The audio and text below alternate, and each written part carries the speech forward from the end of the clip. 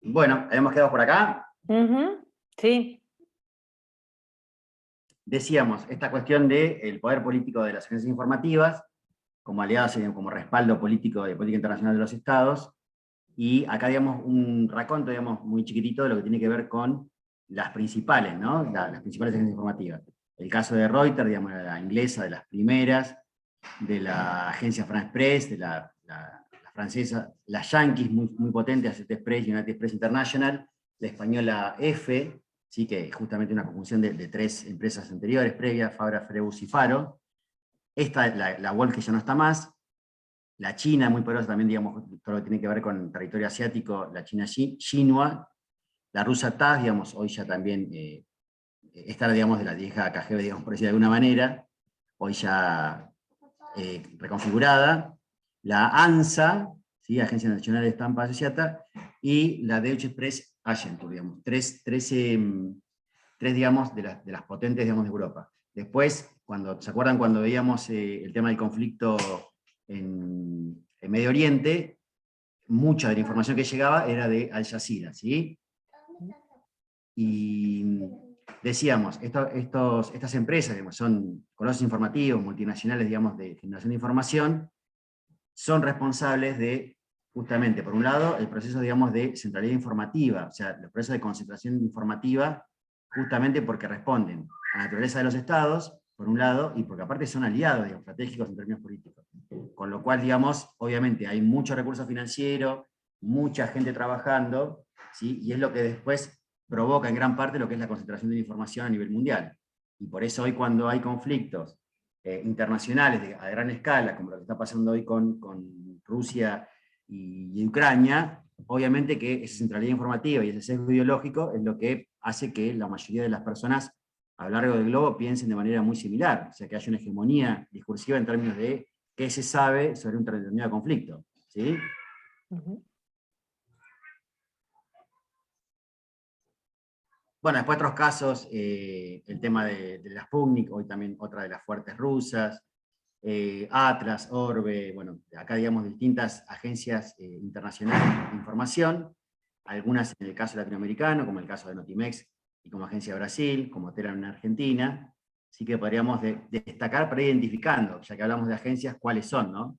Cuáles son esas marcas, esas firmas, esas multinacionales que proveen de información a la mayoría de los medios del mundo. Aunque ahora esté un poco cambiando, lo vamos a comentar más adelante, pero ustedes imagínense que la mayoría de todo el proceso de colonización, la mayoría del proceso de las revoluciones latinoamericanas, de los procesos de descolonización, y hasta, diríamos, los primeros 2000, 2010, la centralidad estaba en esas agencias de información, que eran las que concentraban la información, la procesaban, y después la vendían como un servicio a los distintos medios del mundo. Con lo cual, obviamente que si una voz y un sesgo ideológico que llegaba, era justamente el de estas empresas. Acá tenemos los casos bastante difíciles de identificar por qué. En principio porque si bien tienen asiento en el continente africano y responden de alguna manera al Congo, ¿no? Digamos, o a Egipto, o demás países africanos, no dejan de estar, digamos, en manos de emprendimientos con capital extranjero, con lo cual es relativa la procedencia, digamos, de asentamiento.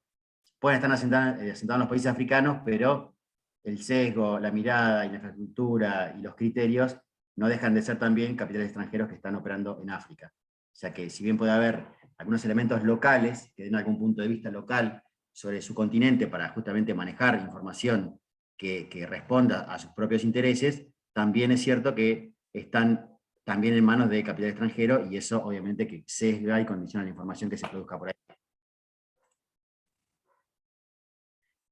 Por ahí un poco distinto es el caso de América Latina, donde sí, digamos, Telam, la Agencia Brasil, la Notimex, la Agencia Venezolana de Noticias, tienen como ¿cómo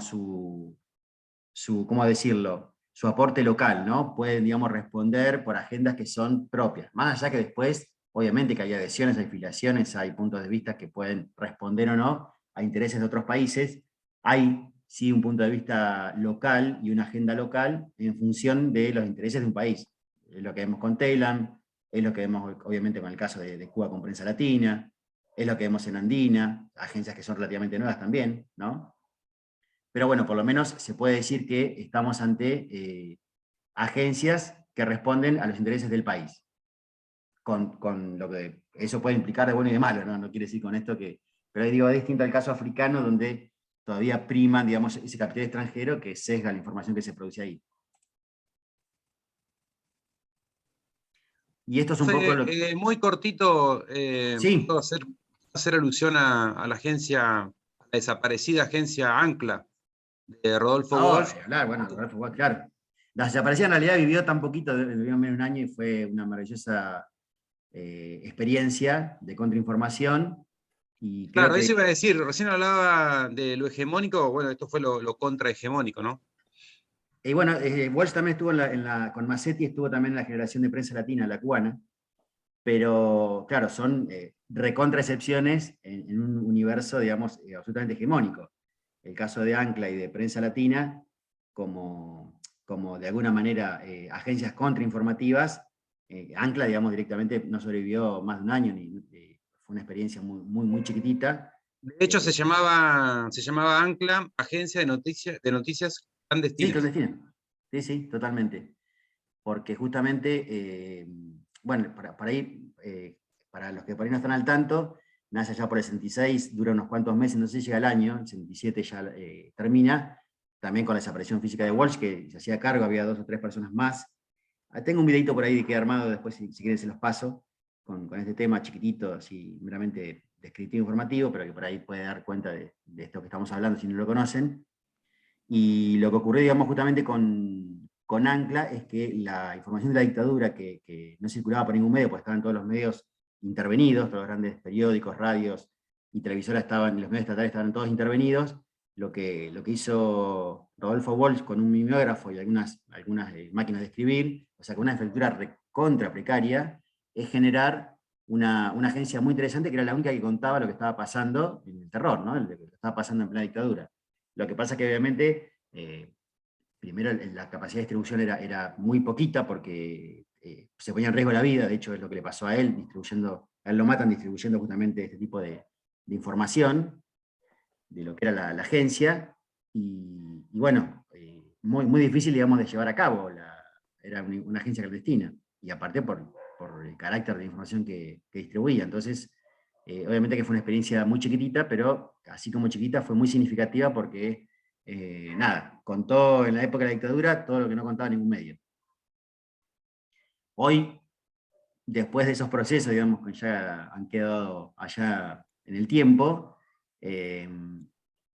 y con la aparición, digamos, de Internet y con la aparición de las redes sociales, hay una especie como de alguna manera, decaimiento del poder de las agencias informativas, porque hoy hay mucha distribución y mucha producción y hasta producción, digamos, que tiene que ver con lo que hace la gente misma de la información, con lo cual se ha relativizado un poco el poder de las agencias informativas, pero no dejan de ser actores políticos de relieve, ¿no? No dejan de ser multinacionales que tienen mucho poder económico, que siguen centralizando y concentrando información y que siguen siendo aliados de los poderes estatales, digamos, a los cuales se remiten.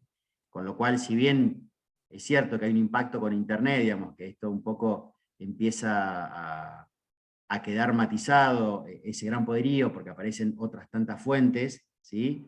Y porque hay, digamos, un montón de otros estamentos y de ámbitos donde se produce información y que hoy circulan gracias a Internet, todavía el peso de las agencias informativas es muy grande. ¿Sí? Lo pueden ver, por ejemplo, cuando se cita.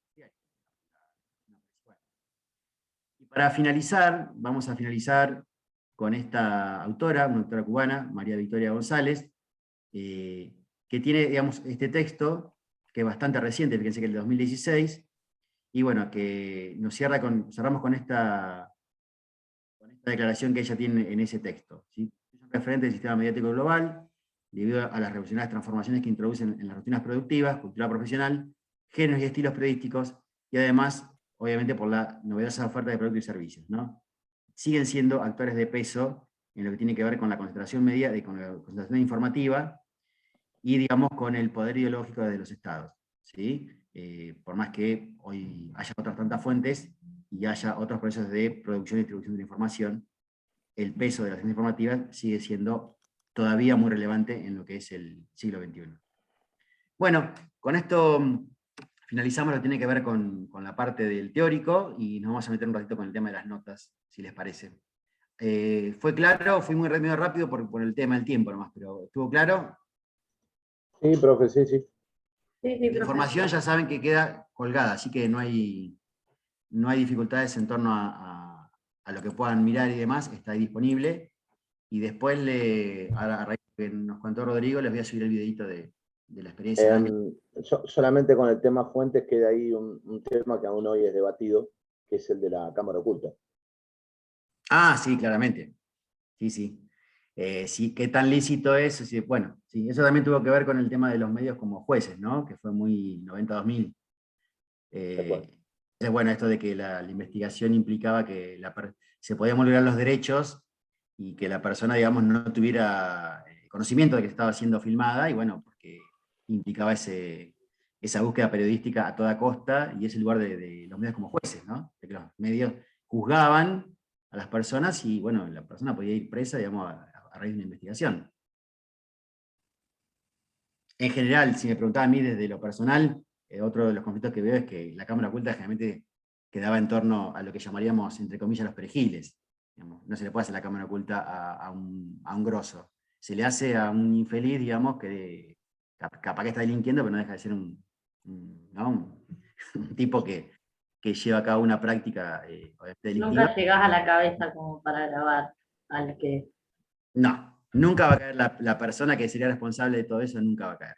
Por eso, digamos, no dejaba también de ser algo medio vigilante, digamos. Es como el que vende droga. Nunca encontrás al cabeza, el pez más gordo. Claro, por eso, exactamente. Un poquito era parecida la analogía, como analogía vale. Sí. Bueno, ¿estamos los que estamos o hay menos gente ahora? Rodri, si estás queriendo hablar, estás silenciado. No se te escucha. No estás muteado, pero no se te escucha.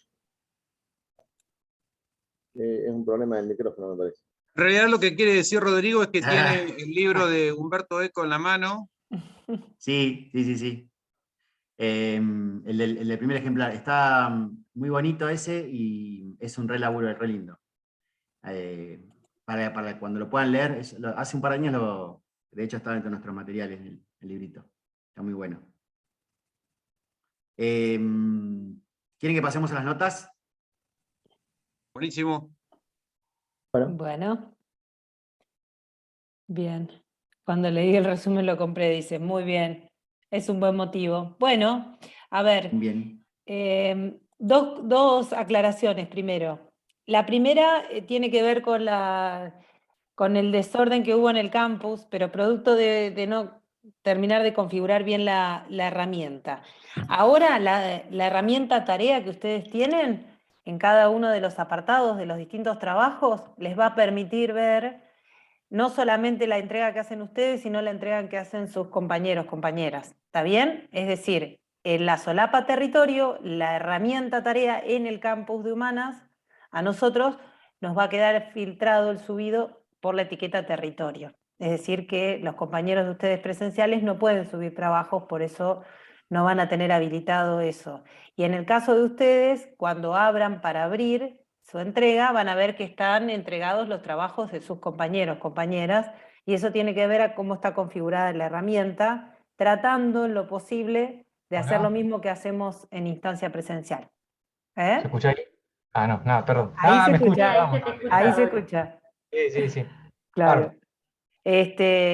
¿Cuál es la idea? En instancia presencial, de paso les comentamos, lo que hacemos nosotros es la estructura de clase similar a esto, es decir, la primera parte, el profe Lautaro hace el teórico y en la segunda parte pasamos a taller de escritura. La diferencia con ustedes es que nosotros en presencial vamos mirando los trabajos a medida que van redactando y vamos conversando un poco entre todos, todas, los distintos avances, y la idea es justamente hacer una publicación online. Si tuviéramos más aceitado este sistema, posiblemente ustedes podrían participar remotamente.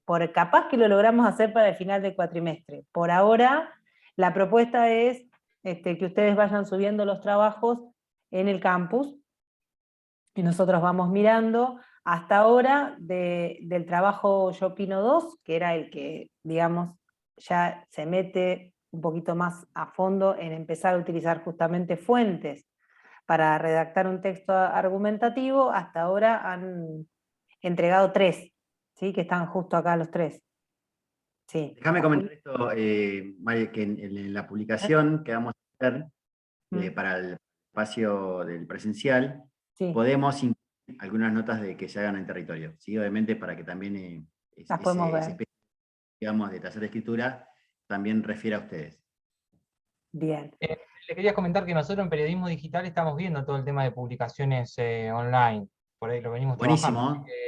Sin duda que si por ahí nos vendría bien inclusive para ir poniéndonos a prueba en todo, porque estamos viendo justo... Totalmente. Vamos a trabajar con WebNode, que es un blog así recontra sencillo, intuitivo y fácil de usar, justamente para que no haya ningún conflicto y no haya, digamos, grandes obstáculos a la hora de la publicación. Es muy sencillito. Después, si quieren... La profe, esto le iba a decir, que la profe de Periodismo Digital nos estaba haciendo utilizar Google Site. Sí, yo prefiero WebNode por lejos. Google Site me parece... Pero bueno, son elecciones. Sí, sí. Mientras sea con la misma finalidad y nos da una herramienta más. Me parece mucho más fácil y el resultado inclusive me parece mejor que el website. Que el de Google Site, digamos que bueno, tiene para mí muy cuadrado. Pero bueno, son cuestiones de estilo también, de elecciones, por ahí. Por lo pronto, si queréis, Mariam, vamos a meterle... Bueno, entonces les decía, hasta acá entregaron 3, nada más. Falta el resto, está habilitado 6 días más la herramienta para hacerlo, pero nos parecía interesante por ahí conversar en esta segunda parte. Son 5:30, nos podemos extender un ratito más, hasta las 6 como máximo, Lau, ¿te parece? Hasta lo que nos dé para ir viendo los trabajos que fueron presentando.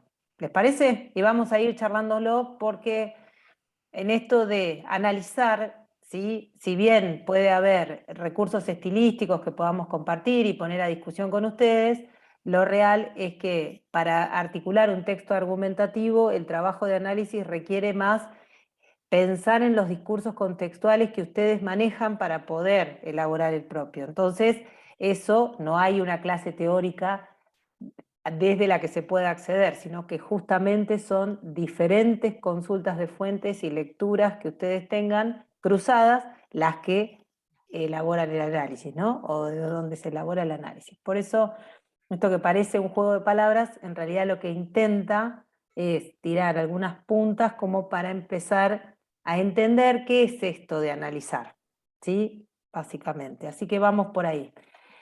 A ver, podemos arrancar por el de Dayana, si les parece. Vamos a ir arrancando por acá. A ver. Bien. Es importante esto, Dayana. Pienso también en función de digamos, de que no suene imperativo, sino más que nada como una instancia de aprendizaje.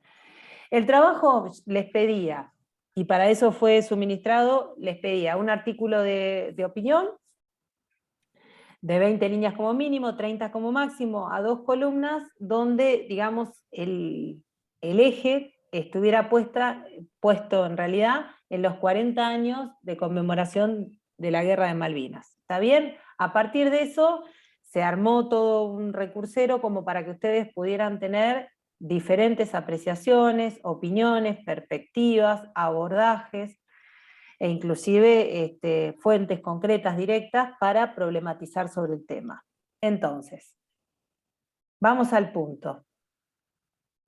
Hasta acá, digamos, tenemos un título, el valor de la patria. Ya de por sí nosotros nos predisponemos, quienes vamos a leer tu artículo, a encontrar palabras que estén vinculadas o opiniones que estén vinculadas al valor de la patria, entendiendo la patria como el sentido común hasta acá lo dice, digamos, no hay una acepción de patria acá distinta. Bien, después nos vamos a entrar a meter en el artículo y vas a ver que esto que hemos ido marcando en realidad no es tanto, a ver, una contradicción con respecto al eje argumentativo, sino la sugerencia acerca de que las palabras que se eligen para argumentar, para construir la narración, tienen que ser palabras vinculadas a una jerga conmemorativa de Malvinas, que de por sí no es solamente la efeméride de los 40 años, sino que implica, por haber estado situado el conflicto de Malvinas dentro de una etapa concreta de la historia argentina, que es la dictadura cívico-militar, tiene todo un encuadre, una aproximación y una perspectiva claramente histórica por un lado, política por el otro, y a su vez también ligada a un conjunto de discursividades vinculadas con memoria, verdad y justicia. ¿Está bien? Esto es importante poder sostenerlo para poder darnos cuenta a veces que en nuestra elección de las palabras que utilizamos para hilar ese hilo argumentativo, para darle coherencia a esa narración, por ahí utilizamos palabras que provienen del paquete discursivo de las discursividades, no vinculadas a memoria, verdad y justicia, sino vinculadas justamente a una narrativa, a un relato de, si vos querés, memoria completa, teoría de los dos demonios, y o negadora, o en todo caso, no concluyente con la discursividad de memoria, verdad y justicia. ¿Se entiende esto? ¿Sí? Bueno. Sí. Vamos a ir al punto como para ir viendo qué es lo que observamos a la hora de evaluar, ¿sí? A la hora de decir, de establecer las pautas por las cuales decimos esto responde a un artículo de opinión, esto no, y cuáles son las, entre comillas, ¿no?, correcciones, observaciones que habría que tener en cuenta.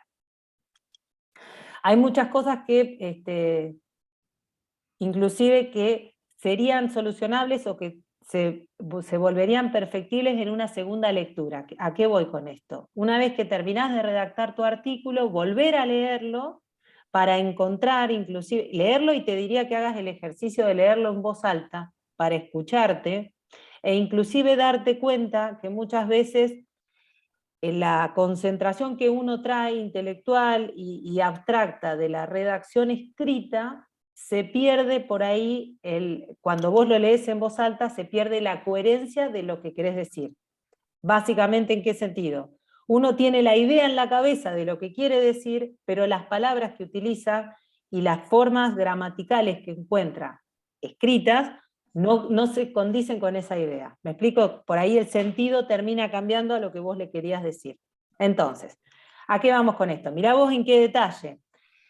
Leo el primer párrafo. Todo comenzó el 2 de abril de 1982, cuando el ex dictador argentino Leopoldo Galtieri ordenó el desembarco de tropas en las Islas Malvinas, que estaban por aquel momento usurpadas por Gran Bretaña desde 1833. Como te darás cuenta, si yo te lo leo en voz alta, te va a empezar a hacer ruido. ¿Por qué? Más que nada por la elección gramatical de estas tres líneas. ¿Sí? O sea, no es que estaban en aquel momento, están usurpadas desde 1833. Obviamente el 2 de abril está contenido en ese ciclo temporal. Pero acá, por querer hacer esa aclaración, el sentido te termina cambiando. ¿Está bien? Seguimos. Todo era un conflicto de soberanía. ¿El todo qué? El desembarco, el 2 de abril, las palabras de Galtieri. Este todo, ¿a qué nos está remitiendo? Por ejemplo. Y ahí tendríamos que buscar un hilo, ¿sí?, conductor entre este párrafo y este, que nos genere que el texto fluya, ¿sí?, y no que nos obligue a volver para atrás para tratar de entender este todo. Hagámonos a la idea que, si bien a la hora de ser un artículo de opinión partimos de la base que el enunciatario ya tiene un cierto contrato de lectura con nuestra producción, también hay ciertas partículas del lenguaje que tenemos que poner para anclar lo que estamos diciendo, ¿sí? Entonces, todo era un conflicto de soberanía entre países, por un lado Argentina, entre países. Queremos creer acá. Donde por un lado Argentina alegaba que las tierras debían ser incorporadas a su territorio tras lograr la independencia de España, y por el otro Gran Bretaña decide declararlas territorios del Reino Unido. Bien, entonces, vos fijate, todo era un conflicto de soberanía, remite a esta etapa de la historia, ¿sí? Por lo tanto, esto, que arrancó como la introducción al artículo de opinión, me queda totalmente sacado de contexto, ¿sí? ¿Se entiende a lo que voy? Es decir, arrancamos con esto. Esto ya nos emplaza a nosotros, ¿eh? Esto no son imágenes de 1833, son imágenes del 82. Bien. Voy a hablar sobre los 40 años de Malvinas. Y todo empezó el 2 de abril de 1982. Ya me predispone a que vas a hablar de la guerra, ¿verdad? Y nos pasamos de acá hasta acá hablando de la usurpación de 1830. Entonces, ¿a qué voy con esto? No es incorrecta la información en términos de datos, ¿está bien? Lo que tenemos que buscar es una estructura argumentativa, ¿sí? Que para emplazar lo que vos querés decir, que es puntualmente hablar de un conflicto de soberanía, en el 82, que es el que nos lleva a la guerra, resolverlo en 2 o 3 líneas más claramente, para que no vayas y vengas, ¿sí? Seguimos. Hacer un comentario chiquito ahí, Sí, paréntesis. También, porque no alentamos para nada el dato contextual, de ninguna manera. Lo que está diciendo Mariana es en el ordenamiento, digamos, de la información que vos brindás. Si estamos hablando del 82, en algún momento la nota puede hacer referencia a lo que fue la usurpación, pero si vos, digamos, partís analizando y todavía hacer aparecer el tema en cuestión que vos querés destacar, es como que si lo estuviéramos haciendo como siguiendo más una lógica cronológica que una cuestión argumental, digamos, en términos informativos, ¿sí? Y eso, digamos, es lo que por ahí habría que, no es que desaparezca la cuestión de que vos después, como estamos mostrando Mariana, volvés a introducir el tema de la usurpación, sino dónde aparece, para que justamente cuando la persona que fue a leer Malvinas respecto al conflicto armado del 82 con Inglaterra, no se encuentre con que se está encontrando con la historización del proceso. ¿Queda claro eso? Sí, sí, aparte estoy, ahora como ella dice que de leerlo y demás, por ahí me voy dando cuenta. Claro. La verdad es que, es más, voy a decir otra cosa. Había armado el trabajo antes siquiera de ver todo lo que había en el campus. Así que Sí, nos dimos cuenta. tomo totalmente todo lo que me digas. Bien, bueno, y vale también esto, Diana, para tus compañeros también y compañeras, porque la idea es justamente esto de colectivizar las correcciones, hace también que obviamente todas las observaciones que te hacemos a vos valen también para los otros trabajos, entiéndase, porque lo que estamos tratando de ver son estructuras argumentales, cómo logramos dar sentido, un sentido orientado, por eso es de opinión, un sentido orientado desde una estructura argumentativa. De hecho, mirá, seguimos. En aquellos tiempos Argentina tenía un gobierno cívico-militar. Si yo me quedo con lo que venía emplazando hasta acá, ¿sí? No puedo volver al 82 que está acá en la primera línea. Ya me fui, estoy en el tercer párrafo. Por lo tanto, en aquellos tiempos, aquellos está evocando a la fecha anterior del párrafo anterior. Por eso es importante también observar esto. En todo caso, podés mandar el dato de 1800 arriba, mandar el dato de la guerra del 82 en el medio, y ahí sí te queda la articulación pasando incluso este subtítulo. ¿Está bien? Entonces, en aquellos tiempos estamos entendiendo así la dictadura cívico-militar. ¿Esto por qué está marcado acá, lo amarillo y subrayado? Porque argumentalmente, para la narrativa oficial argentina, ¿sí? Decir dictadura cívico-militar ya es emplazarse dentro de la discursividad de verdad y memoria, justicia, verdad y memoria, ¿sí? Cuando uno dice dictadura cívico-militar, ese binomio cívico-militar responde a la discursividad vinculada al enfoque de derechos humanos, ¿sí? no te va a decir jamás, suponete, no te van a decir desde la curia, por ejemplo, desde la iglesia formal no te van a decir nunca dictadura cívico-militar. Desde las Fuerzas Armadas tampoco van a decir dictadura cívico-militar. Desde algunos sectores de la justicia tampoco te van a decir dictadura cívico-militar. Por eso es importante también familiarizarse con alguna terminología, por lo menos mayoritaria en las discursividades hegemónicas con respecto a la temática.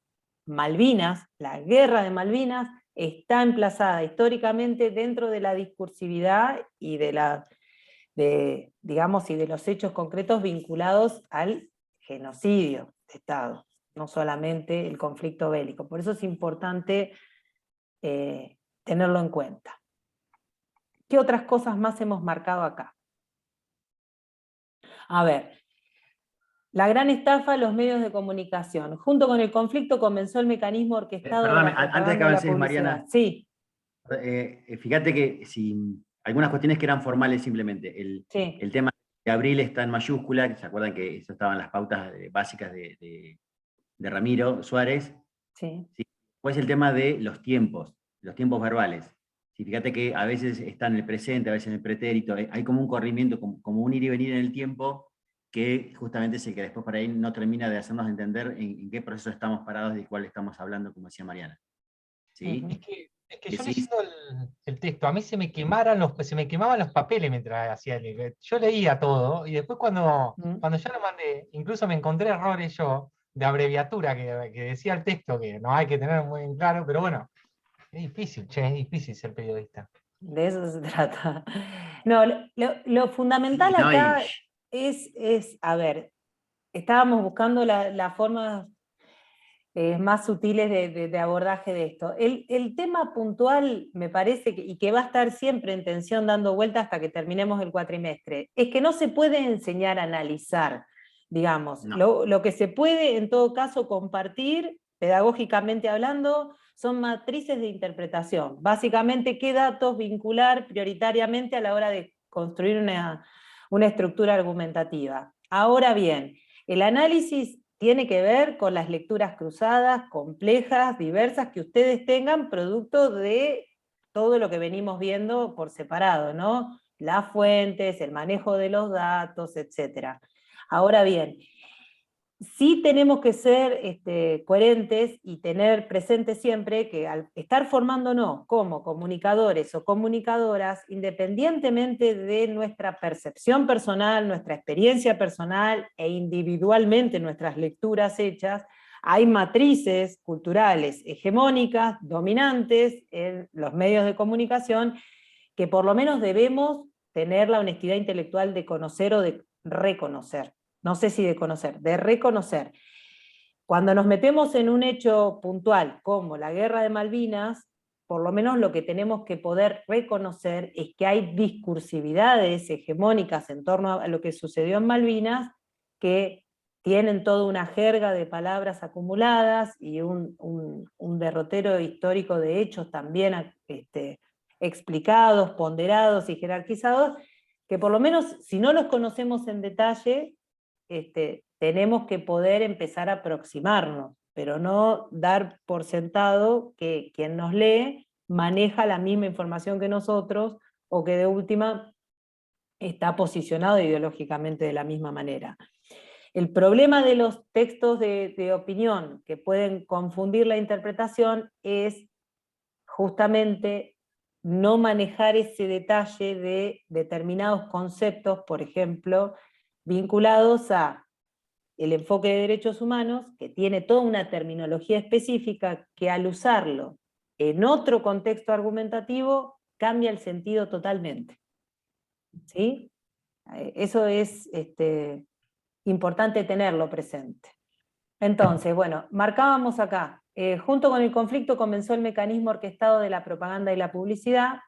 ¿Y por qué subrayamos? Esto ayudó a construir la mentira de la primera etapa. En primer lugar, porque, fíjense ustedes, acá, al corrérsenos la línea temporal que no estamos pudiendo demarcar, no sabemos si es la primera etapa de la dictadura, la primera etapa del conflicto, de abril a junio del 82, digamos, necesitamos otro anclaje más, ¿sí? Con el famoso estamos ganando y vimos rendirse a los ingleses, que acá todos somos ya grandes, estamos todos claramente distinguiendo las tapas de la revista Gente. Ahora bien, para alguien que no tiene más de 40 años, ni siquiera dimensiona de lo que estamos hablando. Por eso también es importante esto. Cada uno de los datos importantes de opinión, como son estos dos que se están poniendo acá, que son 2 tapas de revista, tienen que ir acompañados de un esqueleto argumental que ayuden a que el sentido que ustedes le querían dar a estas 2 frases como disruptivas e interpeladoras se sustancien, se solventen, y no solamente como un guiño para un sector determinado que lo va a entender de una, pero que necesitamos generar ese sentido del artículo que tiene que ver con el título, ¿no? Que es el valor de la patria. Por ahí ir buscando. Bien. Me acuerdo que el profe de gráfica nos decía que él, por ejemplo, escribía primero por ejemplo, el género periodístico que vaya a escribir y último escribía el título. Claro. Claro. Yo, por ejemplo, arranqué ¿Sí? al revés y después el título que había puesto no iba de la mano con lo que al final desarrollé. Y ahí lo cambiás. Ahí lo cambias Tal el cual. título, eso está muy bien. Primero, un cuerpo argumental, una línea, un esqueleto, lo que Mariana llamaba hace un rato, cierta matriz, digamos, que esté bien organizada, y después las formas de redacción para comunicar la idea. Pero primero tiene que estar clara, digamos, cuál es la idea de ese texto. ¿Sí? Te digo Por ahí, porque acá vimos como que hay una visión panorámica. En 30 líneas, la visión panorámica sobre Malvinas es imposible. Entonces, decíamos, ¿se acuerdan que Mariana lo decía creo que en la clase anterior? Si vamos a hacer 30 líneas sobre Malvinas, agarren un tema. Es imposible, digamos, desarrollar 3, 4 puntos de vista acerca de un tema, de 4 temas distintos, quiero decir, cuando estamos hablando de Malvinas. Hubiera sido muy interesante, por ejemplo, agarrar el tema de los medios. ¿Se entiende? Y acá, digamos, lo que por ahí quiso hacer Dayana es como dar un pantallazo del conflicto de Malvinas. En 30 líneas es muy difícil, porque tenés que remitir a lo histórico, tenés que hablar de la problemática actual, de los valores acerca de lo que implica Malvinas, de lo que pasó con la prensa. Se entiende que es como querer meter mucho en un espacio muy chiquitito, muy acotado. Entonces, un poquito por ahí. temático, sí. Se va a cortar, No. Sí, cortito lo que decía Uf. Mariana, que mientras más viejo es el hecho que analizamos, más datos para las nuevas generaciones tenemos que dar. Claro. Claro. Exacto. Bueno, por eso, a ver, estos son, podríamos decir, los estantes de la matriz donde ustedes van a ordenar los datos. Por eso, para producir textos de opinión, tenemos que tener en cuenta por lo menos estos lineamientos para empezar a estructurar un texto argumental, ¿sí? Que el argumento no tiene que ser demasiado abierto en términos de a dónde apunta. Si lo que estamos apuntando es a la idea de